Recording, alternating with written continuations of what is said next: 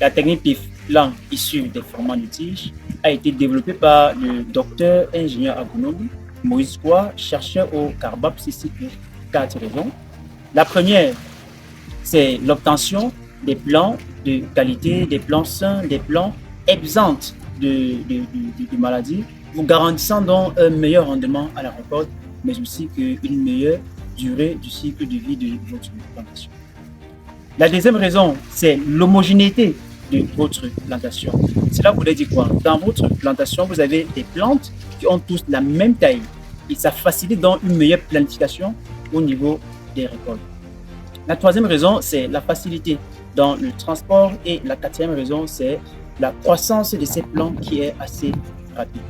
Donc, pour pouvoir mener à succès cette technique, il est donc important de savoir le type de rejet qu'il faut utiliser pour avoir un bon nombre de plantules lorsque ils vont sortir du boîtier dans lesquels on les aura introduits.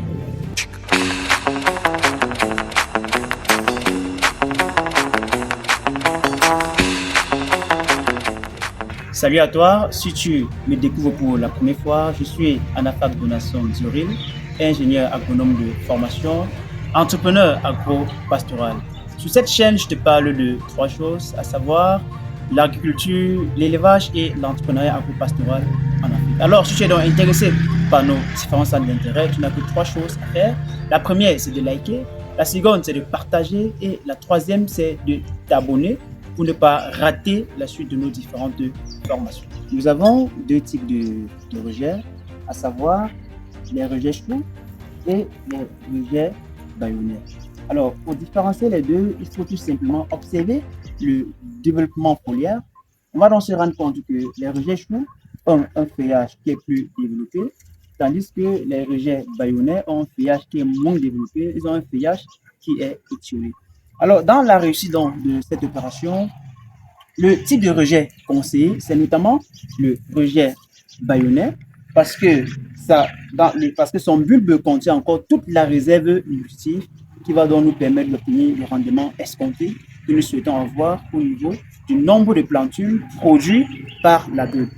Par contre, celui-ci, le rejet chou, a donc déjà exploité une bonne partie de cette réserve nutritive qui est contenue dans le bulbe pour le développement de son feuillage. C'est donc la raison pour laquelle on vous fait comprendre que pour pouvoir réussir à merveille cette technique, il est donc important d'utiliser les rejets bayonnais.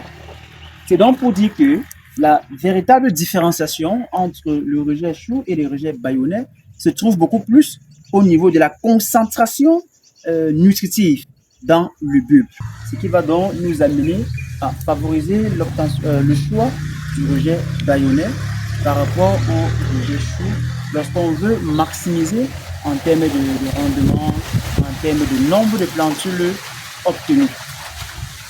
Voilà donc ce qui devrait conduire et justifier le choix de vos différents rejets. Dans la suite de cette vidéo, on va donc présenter comment est-ce qu'on fait pour prélever un rejet, quelle est la position sur laquelle il faut prélever le rejet, est-ce que tous les rejets autour de la plante mère doivent être prélevés.